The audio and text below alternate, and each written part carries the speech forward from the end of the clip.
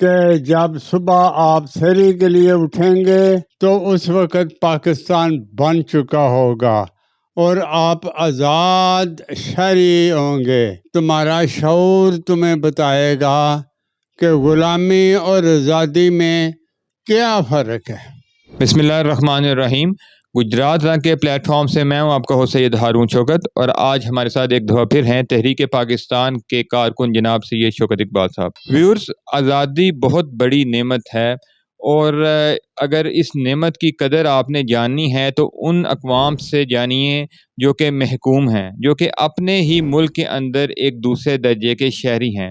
آپ انڈیا میں رہنے والے مسلمانوں کو دیکھ لیجئے کہ وہ تا قیامت بھی انڈیا سے اپنی وفاداری ثابت کرتے رہیں، لیکن ان کو پھر بھی دوسرے درجے کا شہری ہی سمجھا جاتا ہے۔ یہاں تک دیکھ لیں کہ 25 کروڑ مسلمان وہاں پر بستے ہیں، لیکن اگر آپ ان کی کرکٹ ٹیم کو دیکھیں تو اکثر اوقات آپ کو اس میں ایک بھی مسلمان نظر نہیں آتا، اور 11 کے 11 کھلاڑی ہی ہندو یا سکھ ہوتے ہیں۔ اب ہم چلیں گے سید شوکت اقبال کی طرف اور ان سے پوچھیں گے، کیونکہ انہوں نے وہ سورج بھی دیکھا جو کہ ایک غلام قوم کا سورج تھا، اور انہوں نے پھر وہ سورج بھی چڑھتا ہوا دیکھا جو کہ ایک آزاد قوم نے اپنے آپ کو اس سورج کے اندر پایا۔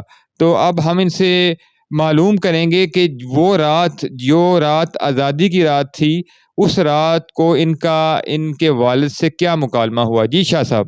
بسم اللہ الرحمن الرحیم۔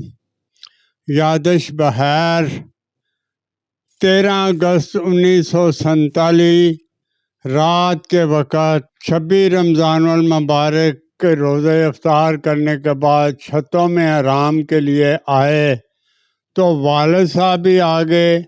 انہوں نے ہمیں بتایا کہ جب صبح آپ سحری کے لیے اٹھیں گے تو اس وقت پاکستان بن چکا ہوگا اور آپ آزاد شہری ہوں گے، آزاد ملک کے آزاد خود مختار شہری ہوں گے۔ چنانچہ صبح جب ہم اٹھے تو میں نے والد صاحب کو کہا کہ سورج اسی طرح ہی آیا ہے، اسی طرح ہی گرمی ہے، اسی طرح ہی روشنی ہے، کوئی فرق تو نہیں پڑا۔ تو والد صاحب چونکہ وہ علی گڑھ کے گریجویٹ تھے اور وہ طریقے خلافت کے بھی زبردست کارکن رہے، اور وہ کہنے لگے جب تم تعلیم یافتہ ہو جاؤ گے تمہارا شعور تمہیں بتائے گا کہ غلامی اور آزادی میں کیا فرق ہے۔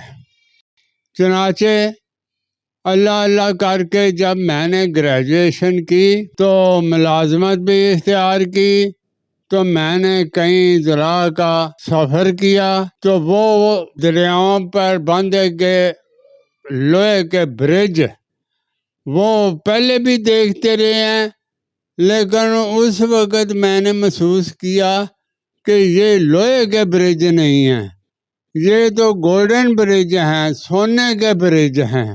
وہ کیسے؟ میں آپ کے ساتھ شیئر کرتا ہوں اس حقیقت کو۔ میں نے ایک پل پہ دیکھا تھا میڈ ان برمنگھم میں وہ تیار ہوئے لوہے کے برج، بغیر ضروری طور پہ بہت زیادہ لوہا تیار کیا گیا، پھر بحری جہازوں پہ آیا، ان کی صنعت کو بھی ترقی ہوئی، بحری جہازوں کو بھی ترقی ہوئی، پھر ہندوستانی بندرگاہوں پہ لایا گیا، وہاں سے ان کے انجینئر لائے، انہوں نے پھر دریاؤں میں پل باندھے۔ یہ اتنے مہنگے ہمیں پڑے ہیں۔ جو موجودہ پاکستان اور انڈیا ہے، اس وقت تو بھارت تھا، تو وہ ہم تو ان کی منڈی باندھ چکے تھے، ان کی مصنوعات ہر قسم کی ان کی مصنوعات آتی تھی اور ہم خریدتے تھے، بلکہ سائیکل ٹائر ٹیوب نوٹنگم شہر کے میرے والد صاحب نے خریدا تھا راج کا، تو وہ جو گھنٹی ہے وہ بھی انگلش ہوتی تھی، سائیکل پہ جو چھوٹی سی گھنٹی آگے بجاتے ہیں۔ تو اسی طرح کراکری، جب بعد میں جاپانی کراکری آئی وہ سستی تھی، تو پراپیگنڈا کیا گیا کہ وہ ان کے برتن ٹوٹ جاتے ہیں، وہ اچھی نہیں ہے، انگلش کراکری خریدو، پلیٹیں وغیرہ یہ وہ۔ چنانچہ ہم تو کوئی چیز بناتے نہیں تھی، بلکہ جب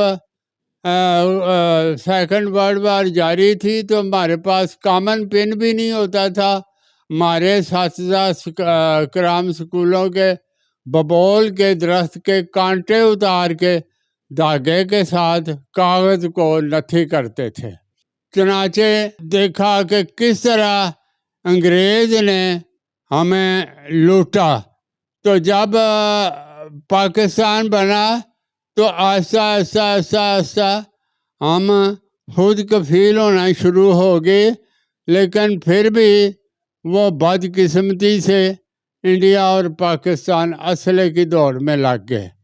تو جو پاکستان بننے کے پہلے کی وہ مسلمانوں کی حالت تھی بہت ہی خراب تھی۔ اب تو شکر ہے اللہ کا کہ ہر میدان میں ہم کھڑے ہو گئے ہیں اور اپنی روزی کما رہے ہیں۔ ویورز، آپ نے جیسا کہ سنا کہ آزادی کی کیا قدر و قیمت ہوتی ہے، بے شک آج بھی ہمارے حالات بہت برے ہیں، ہمارا ملک جو ہے وہ بیڈ گورننس کا شکار ہے، کرپشن ہے، غربت ہے، بے روزگاری ہے، سب کچھ ہے، لیکن پھر بھی ہم ان علاقوں سے، ان ملکوں سے بہت بہتر ہیں جن پر اغیار نے قبضہ کر رکھا ہے، جو کہ محکوم اقوام ہیں۔ اور آپ کو میں ایک مثال دیتا چلوں کہ ایک وقت تھا جب بنگال بر صغیر پاک و ہند کا سب سے زیادہ خوشحال صوبہ تھا، ہرا بھرا صوبہ ہوتا تھا، اور اسی بنگال میں جب انگریزوں نے اپنا تسلط قائم کیا تو انہوں نے وہاں اناج کی قلت پیدا کی، اور انسانی تاریخ کے بہت بڑے المیوں میں سے ایک المیہ نے وہاں پر جنم لیا، اور وہاں پر کہتے ہیں کہ 1.5 کروڑ عوام بھوک سے سسک سسک کے لقمہ اجل بن گئی۔ تو ہمیں بہرحال جیسی بھی ہے اس آزادی کی قدر کرنی ہوگی۔ اپنے ہوسٹ سید ہارون شوکت کو اجازت دیجیے گا۔ السلام علیکم۔